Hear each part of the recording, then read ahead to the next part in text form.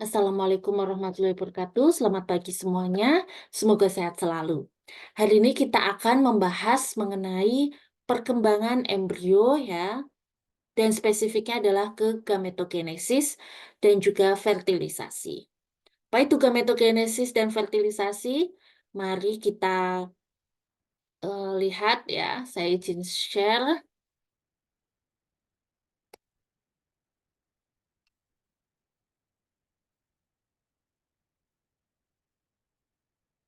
Baik, tentunya pada proses perkembangan ini sangat berkaitan erat dengan sistem reproduksi, di mana sistem reproduksi itu berfungsi untuk membentuk sel kelamin atau gamet ya, sehingga proses pembentukannya kita sebut dengan gametogenesis ya.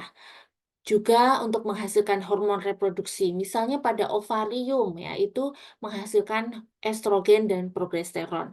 Kemudian juga untuk menyalurkan sel kelamin ya, karena ada duktus-duktusnya ya, misalnya pada jantan itu ada ductus deferens ya, pada betina ya ada oviduct dan sebagainya. Kemudian ada tambahan ya, fungsi reproduksi female yaitu untuk tempat pembuahan ya, kita ketahui pembuahan fertilisasi terjadi di oviduct ya, bagian ampula, kemudian juga ada tempat perkembangan. Secara umum memang perkembangan ini terjadi di female, namun mungkin ada beberapa pengecualian, ada pengecualian ya, misalnya pada eh, kuda laut, yaitu perkembangan janinnya ada di yang male. Oke. Nah, hari ini kita akan membahas ini, gamete formation atau gametogenesis dan juga fertilisasi. Kalau kita ketahui, ini ya,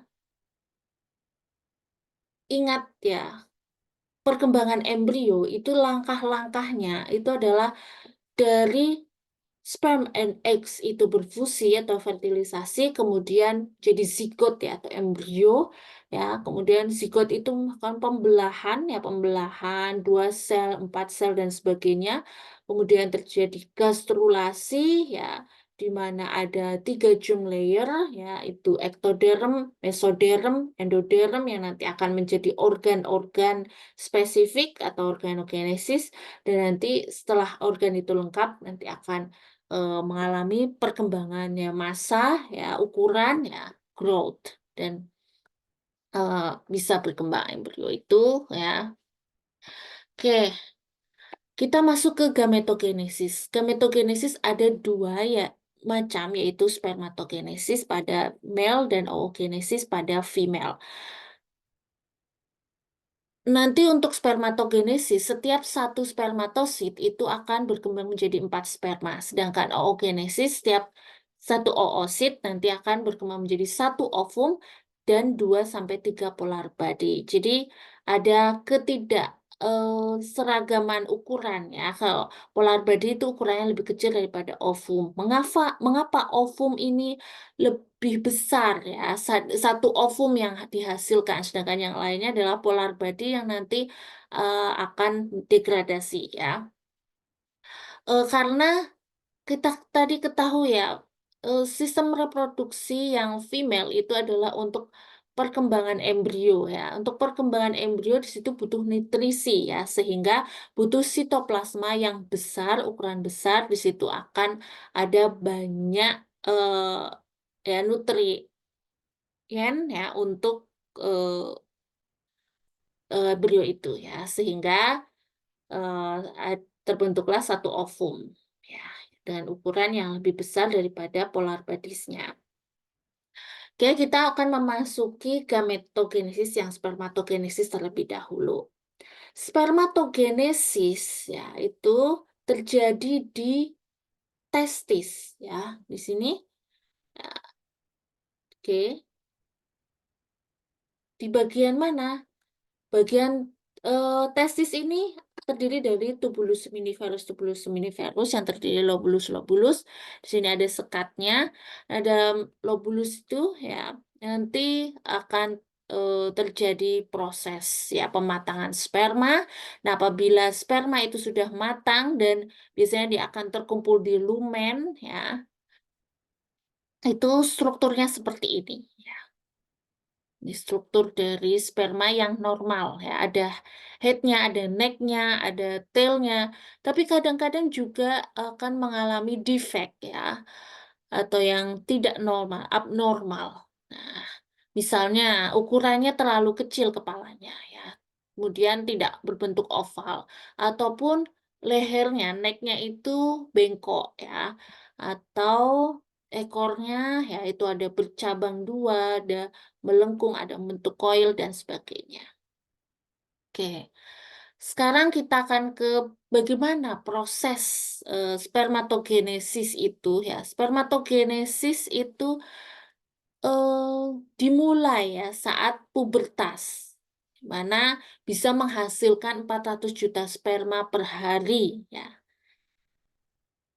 Dan nanti oogenesis itu beda lagi. Oogenesis itu mulainya sejak embrio, sejak di janin ya.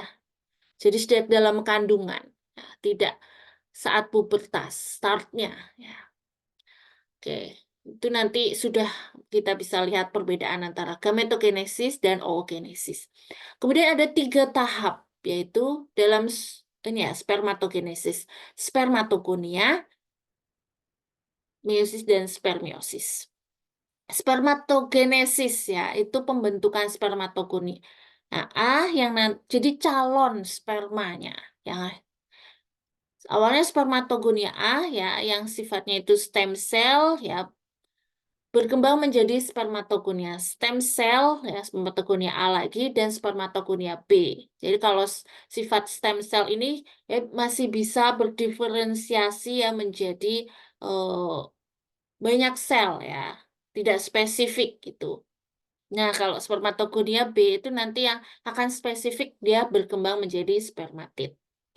Ya, kemudian melalui 2 tahap meiosis sehingga dihasilkan nanti 96 spermatid. Nah, meiosis 1 itu akan membutuhkan waktu berminggu-minggu, sedangkan meiosis 2 hanya membutuhkan waktu 8 jam saja. Selanjutnya setelah meiosis ya, ada spermiogenesis itu terjadi di lumen tubulus seminiferus ya, yang membutuhkan waktu 64 hari ya, untuk membentuk dari ya, tubulus seminiferus ya. Jadi totalnya adalah 64 hari untuk membentuk spermatogonia jadi sperma, sperma yang matang. Nah, sperma yang matang itu nanti ada tadi ya pembentukan akrosom ya tadi yang ada di bagian kepala ya, kemudian juga ada elongasi ya. Jadi pemanjangan ya, jadi nanti akan terbentuk yaitu kepala yang oval, kemudian ada akrosomnya atau pelindungnya, neck dan juga tail ya. Dan transport ke epididymis. Jadi sperma yang mature tapi masih non-motil ya, nggak geraknya lambat dan sebagainya itu nanti akan diberi perlakuan peristaltik kontraktil dalam epididymis. Makanya kadang-kadang ada pertanyaan di mana sperma itu mengalami pematangan ya. Sebenarnya pematangan awal itu ada di lumennya tubulus seminiferus ya. Itu sudah ada sperma ya yang sudah bisa motil. Ya, tapi ada juga yang non motil ya sehingga pematangan yang benar-benar sempurna itu ada di epididymis ya. Oke. Nah, tadi kita bahas ya, mana sih lumennya? Ini nih bagian lumen tubulus seminiferus ya. Ini bagian basal. Jadi bagian basal ini yang masih spermatogonia ya. Jadi cikal bakal dari sperma. Nah, kemudian nanti akan eh, membelah ya dan akhirnya mengalami spermiosis ya, yang dari spermatosit itu nanti akan pematangan di bagian lumen. Di bagian lumen ini kita sudah bisa lihat ada sperma-sperma yang matang ya, yang penuh yang dilengkapi dengan tail. Ya, jadi nih ya kita bisa lihat ini di bagian basal masih germinal ya, sel ini masih diploid ya. Dan ini ada sel Sertoli di sini ya. Sel Sertoli ini juga diploid ya 2N sifatnya. Kemudian eee, membentuk primary spermatosit yang masih diploid dan nanti akhirnya akan mengalami meiosis 1, ya, meiosis 1 ini nanti menghasilkan secondary spermatosit, sekarang sudah haploid sifat dari sel tersebut, ya. Kemudian ada lanjut ya mengalami pembelahan lagi yaitu meiosis 2. Di sini menghasilkan 4 spermatid ya yang haploid sifatnya. Terus lanjut ke pematangan sperma ya. Jadi tadi spermatid yang belum ada ekor dan sebagainya ini akan menjadi spermatozo ya yang sudah ada ekornya ya. Sini juga ada necknya ya dan ini ada akrosom. Oke. Nah, kita bisa lihat di sini ada bagian sel yang diploid dan ada bagian sel yang haploid. Bagaimana bisa itu tidak tercampur ya? Ini di sini makanya ada sel Sertoli. Sel Sertoli ini sebagai sawar ya, sebagai batas supaya sel yang diploid dan haploid itu tidak tercampur ya. Karena eh, apabila tercampur ya nanti prosesnya itu akan terganggu ya. Nanti kita akan bahas lebih lanjut. Oke. Jadi eh, pas awal ya spermatogonia A ini sifatnya masih stem cell ya, kemudian menjadi spermatogonia A itu ya spermatogonia B juga. Nah, spermatogonia B ini yang nanti akan berdiferensiasi. Jadi sifat stem cell eh ini ya renewable ya. Jadi self renewal ini sifatnya itu self renewal. Dia membentuk ini spermatogonia A yang sifatnya stem cell dan spermatogonia B yang akan terdiferensiasi menjadi sperma. Nah, spermatogonia A ini nanti juga akan mengalami pembelahan lagi jadi spermatogonia A dan spermatogonia B. Nanti seterusnya A juga akan self renewal lagi A dan B sehingga tidak akan habis ya stem cell itu akan terus eh, ada ya, perbarui lagi, ya, namanya self renewal. Nah, tadi di eh, antara yang sel spermatogonia ya, ya, kemudian spermatid dan sebagainya itu kan ada sel Sertoli. Nah, sel Sertoli itu nanti akan melakukan tight junction ya sehingga nih tight junction seperti ini ya ikatan seperti ini sehingga yang di dekat sel yang di dekat basement ini ya yang masih sifatnya diploid itu tidak akan tercampur ke sel yang sifatnya itu sudah haploid. Nah, kemudian nanti kalau ini sudah yang spermatogonia A ini spermatogonia ya, yang diploid ya, kemudian eh, itu sudah sudah mengalami meiosis ya, nanti akan masuk ke mendekati lumen. Nah, jadi ini dibuka, ikatannya dibuka, terus masuk mendekati lumen, nanti menutup lagi kalau misalnya sperma yang sudah lebih matang itu sudah masuk, yang sudah haploid itu. Nah, itu namanya blood testis barrier. Ya, kenapa eh, perlu adanya sel Sertoli yang berikatan itu tadi ya? Karena untuk pemisah fisik antara ya blood lymph vessel dan lumen tubulus seminiferus. Blood lymph vessel tadi ada sel-sel yang masih diploid juga ya, sedangkan lumen tubulus seminiferus ya mendekati lumen itu kan sudah haploid ya, jadi tidak tercampur ya. Dan juga ini untuk mencegah masuknya zat berbahaya dari darah atau sistem imun ya yang tadi ada di bagian dekat basal sehingga akan mempengaruhi perkembangan sperma. Kemudian nanti spermatosit primer akhirnya bergerak menuju lumentubulus seminiferus dan new tight junction akan terbentuk kembali. Ya, jadi dibuka, buka, tutup ya. Kalau sudah ada yang lebih matang, mengalami meiosis, dibuka lagi, ya masuk, terus tutup lagi. Itu namanya blood testis barrier. Spermatogenesis ini juga dipengaruhi oleh hormon ya. Hormon gonadotropin releasing hormon ini akan memicu anterior pituitary untuk menghasilkan luteinizing hormon. Luteinizing hormon ini akan eh, mengindus ya sel Leydig. Sel Leydig ini sel-sel yang ada di antara lobus-lobus ya yang di lumen tubulus seminiferus itu ini akan menghasilkan testosteron ya. Terus follicle stimulating hormone ini juga akan menghasilkan androgen binding factor ya yang juga trigger untuk melakukan spermatogenesis ya dalam proses spermatogenesis ini. Testosteron ini juga eh, mendukung ya pembentukan ABP ini, androgen binding factor. Ya. Jadi ini pengaruh hormon. Nah, kalau misalnya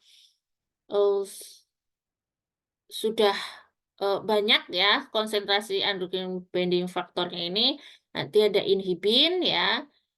Jadi sifatnya itu adalah negatif feedback ya, ya supaya hormonnya itu seimbang ya dalam tubuh. Jadi ketika diperlukan nanti diproduksi lagi, ketika sudah banyak di stop gitu. Ya, ada inhibin ini.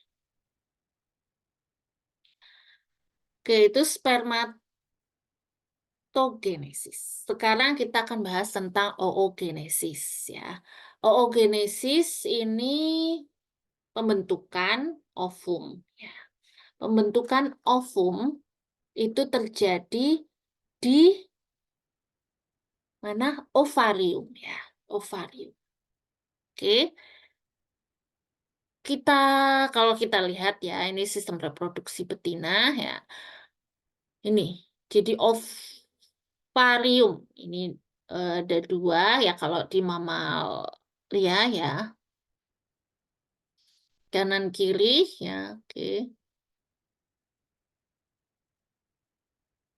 Nah, kemudian ini adalah oviduct. Oviduct ini atau tuba falop ini nanti di sini ada fimbre-fimbrenya untuk menangkap eh, ovum ya yang sudah matang ya nanti ditransfer ke sini nanti di bagian ampula kalau misalnya ada sperma ya situ terjadilah fertilisasi ya terus dah melakukan pembelahan ya terus ada implantasi jadi embrio ya embrio itu mengalami penempelan ya di uterus atau rahim. Di sini nanti embrio itu akan berkembang. Oke, nah ini adalah ovarium, struktur dari ovarium. Ovarium eh, ini ada germinal epitelium, ada tunica albuginea juga, dan yang paling penting ya pada proses ini yaitu adalah bagian korteks ya pada gini sih, ya, pada bagian korteks ya. Ini eh tempat ya contains maturing follicles ya. Ini di sini adalah eh, pematangan folikel itu. Nah, untuk bagian medula itu eh, bagian yang tengah ya, itu terdiri dari pembuluh darah dan connective tissue ya, dan juga saraf ya. Ini. Nah, sebenarnya tidak, ini kan hanya sketsa ya, jadi tidak urut seperti ini ya. Yang bagian sini primary follicle, bagian sini yang sudah ada granulosa selnya, ini secondary follicle ini yang sudah matang. Kemudian nanti jadi corpus luteum. Itu tidak, tapi bisa mencampur ya. Bisa di sini sudah ada yang matang, ini kemudian masih ada yang primary follicle ya, kemudian ada yang secondary follicle dan sebagainya. Oke. Hmm. Oke, kita akan bahas ke perkembangan folikel. Jadi folikel itu adalah sel-sel yang melindungi oosit ya, yang melingkupi oositnya. Oositnya di sini ya, di tengah oositnya.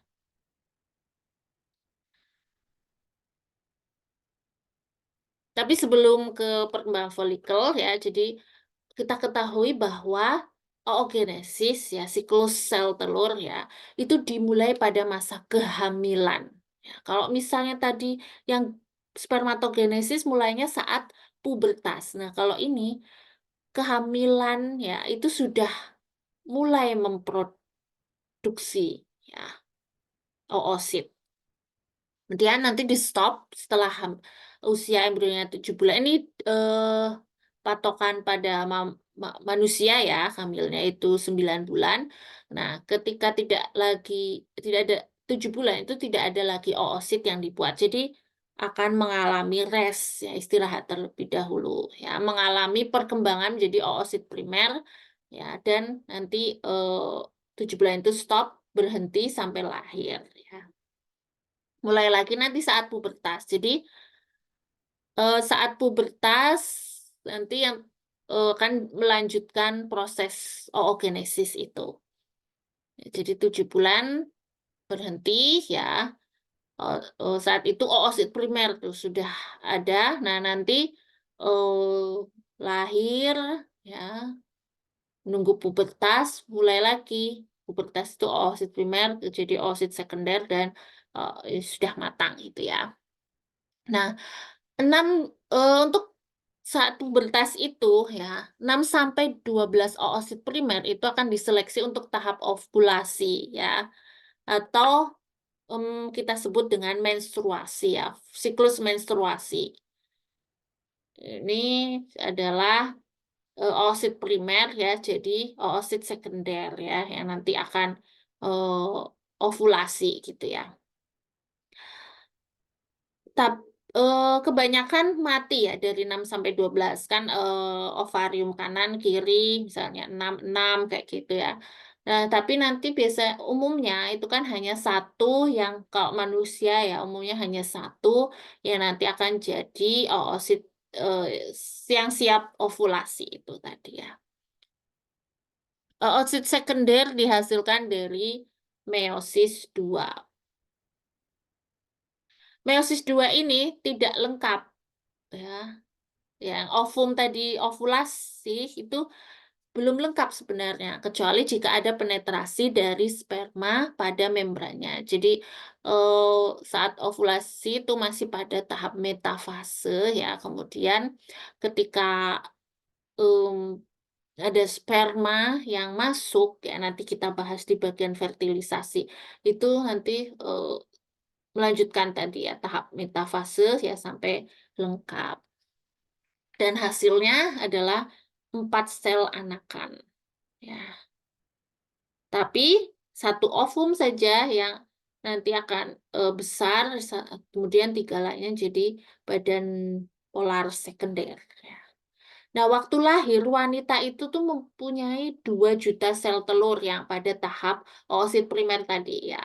Tapi setelah umur 7 tahun itu 300.000 oosit, hanya 400 sampai 500 oosit yang akan menjadi dewasa selama masa produktif ya.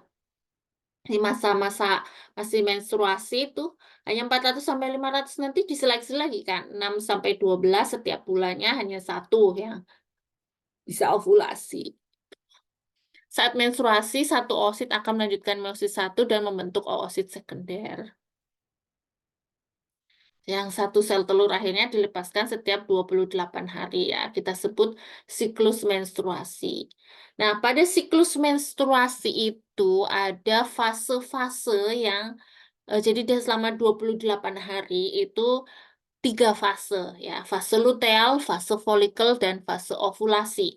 Fase luteal ini adalah fase 14 hari setelah ovulasi ya. Di mana corpus luteum itu nanti akan berkembang ya, dari folikel tadi yang, sudah explode ya, sudah mengeluarkan oositnya.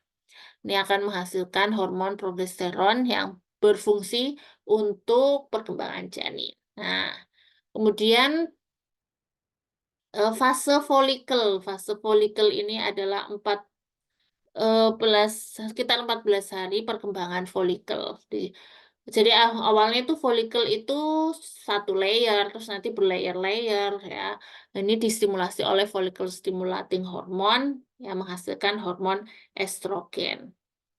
Nah, terus ya kalau misalnya, folikelnya sudah ini berkembang, oositnya juga sudah matang, kemudian mengalami ovulasi. Ini diindus juga oleh hormon luteinizing hormone. Kemudian nanti oositnya di-pick up fimbre-fimbre tuba Fallopi tadi.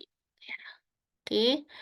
Nah, tadi kita membahas ini ya, tadi pada fase folikel, fase luteal itu ada perkembangan folikel, kemudian juga nanti perkembangan, yang sudah folikel yang sudah explode oosit ya, sudah mengeluarkan oosit ya, nanti di fase luteal jadi corpus luteum dan sebagainya. Nah, itu sebenarnya bagaimana perkembangan folikel ya? Perkembangan folikel awalnya adalah primordial folikel. Jadi folikelnya ini yang melingkupi oosit ini em, masih bentuknya pipih ya, dan juga satu layer. Nah, kemudian selanjutnya adalah growing follicle. Follicle itu ini ya yang di pinggir-pinggir ini. Growing follicle itu ada tiga, dibedakan dari jadi tiga step. Early primary follicle, ya, kemudian late primary follicle, dan secondary antral follicle. Early primary follicle ini mas unilaminar ya, tetapi sekarang sudah kuboid. Tadi pipih, sekarang kuboid ya. Oositnya juga jadi membesar ya. Kemudian late primary follicle ini sudah mulai multilaminar ya. Ini sudah berlayer-layer ya. Zona pellucida juga di sini sudah mulai tampak ya. Ini nanti yang melindungi oositnya, itu zona pellucida. Ini substansi yang kayak ini ya, glikosamina-glikan ya. Oke. Kemudian juga ada TK interna dan TK eksterna. Ada pembuluh darah di situ. Kemudian secondary atau antral follicle. Secondary atau antral follicle itu cirinya di sini ada antrum ya. Jadi ada cavities ya. Ya, terjadi di granulosa sel ini ya, lubang yang seperti ini ya, isinya cairan. Nah, itu disebut dengan antrum. Ya, kemudian secondary atau ya ini ya masih secondary antral follicle. Follicle udah mulai grow, semakin eh, dan membentuk ini cumulus oophorus ya. Oophorus dan corona radiata ini. Corona radiata sama di sini ya.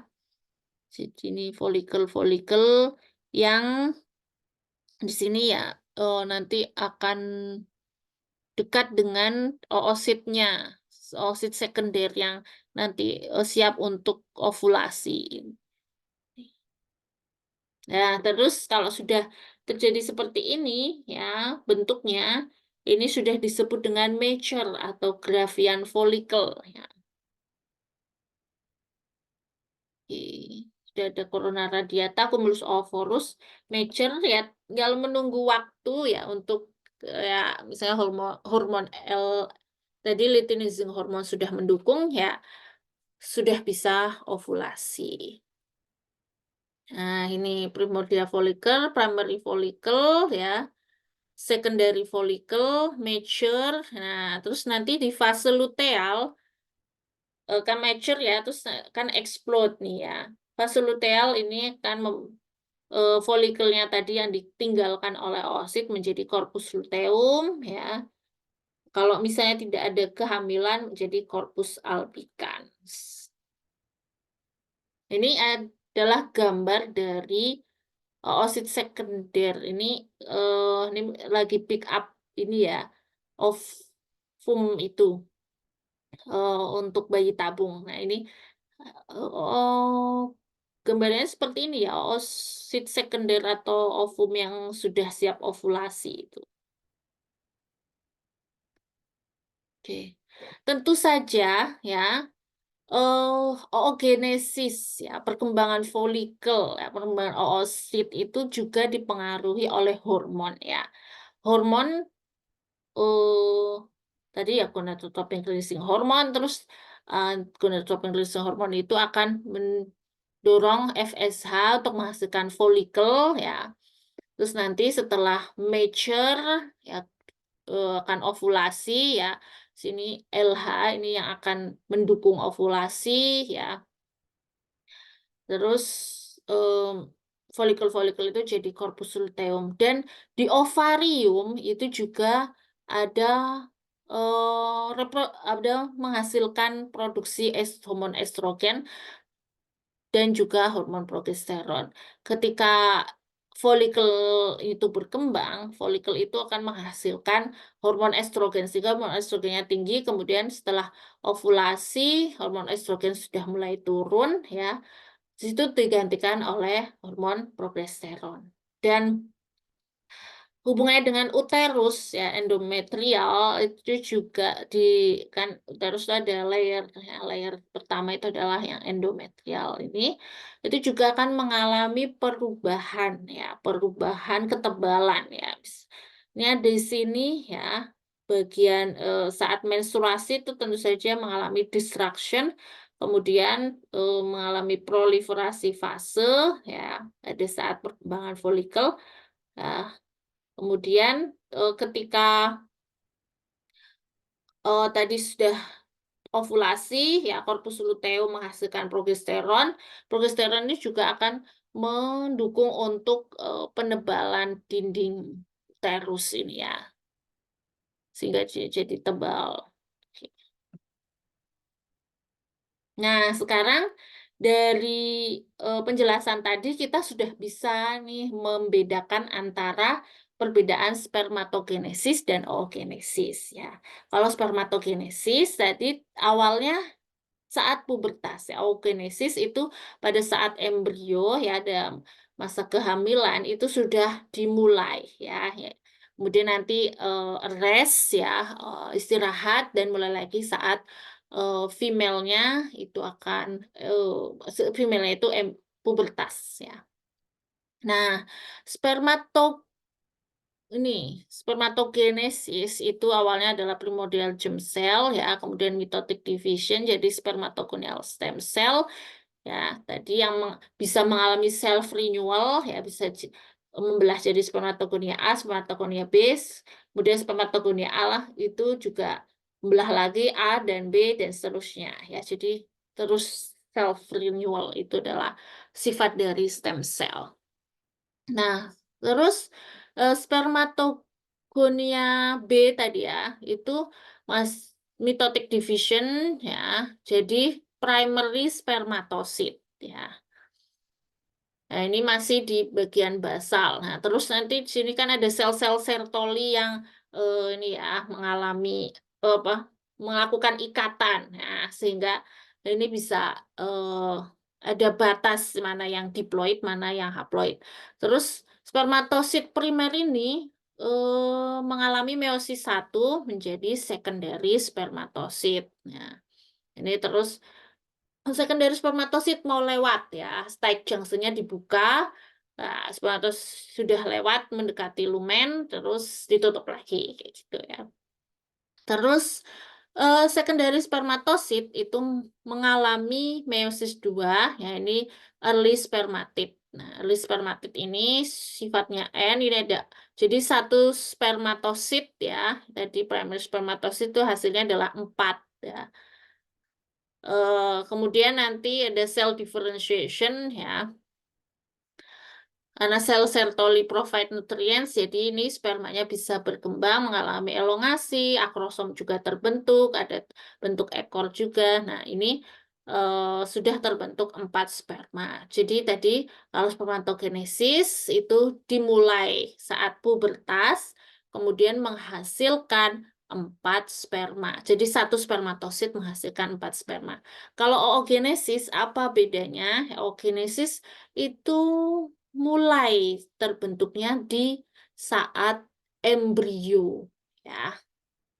Oke, 7 bulan ini sudah mitotik ini ya, dalam waktu 7 bulan itu ada proses ini dari primordial germ cell mengalami mitotic division jadi oogonium, kemudian oogonium mitotic division lagi menjadi primary oocyte ya. Primary oocyte itu sudah hadir ya ketika bayi itu lahir ya. Dan jadi pada tahap profase meiosis 1. Nah, itu bayi lahir itu sudah membawa itu ya, primary oocyte ya, sudah bukan primordial germ cell lagi ya. Sudah primary oocyte. Nah, kemudian setelah pubertas dia akan melanjutkan ya yang tadi di tahap meiosis 1 ya. Terus membelah ya saat pubertas itu completion of meiosis 1 and onset of meiosis 2. Nah, di sini jadi secondary oocyte ya yang pada tahap metafase meiosis 2. Nah, masih tahap metafase. Kemudian ovulasi, kalau misalnya ada sperma entry itu akan jadi meiosisnya itu komplit ya. Menjadi fertilized egg embryo. Itu adalah tahap dari oogenesis ya. Jadi dimulai saat masih dalam kandungan ya umur 7 bulan berhenti, kemudian lahir ya, kemudian mulai lagi saat pubertas. Saat pubertas itu jadi setiap nanti bulannya itu kan ada pemilihan ya mana yang nanti matang jadi secondary oocyte dan ovulasi ya. Kemudian eh, dihasilkannya ya itu dari satu primary oocyte itu adalah satu ovum dan 2 sampai 3 polar bodies ya. Kalau ini kan tadi 4 sperma ya. Itu perbedaannya. Kemudian komplit ya lengkap meiosis 2 itu ketika ada sperm. Kalau ini kan komplit meiosis 2 ya sudah ya tidak tergantung yang lain gitu. Itu perbedaan dari spermatogenesis dan oogenesis. Oke, kita istirahat dulu ya sampai di gametogenesis. Nanti akan lanjutkan ke fertilisasi.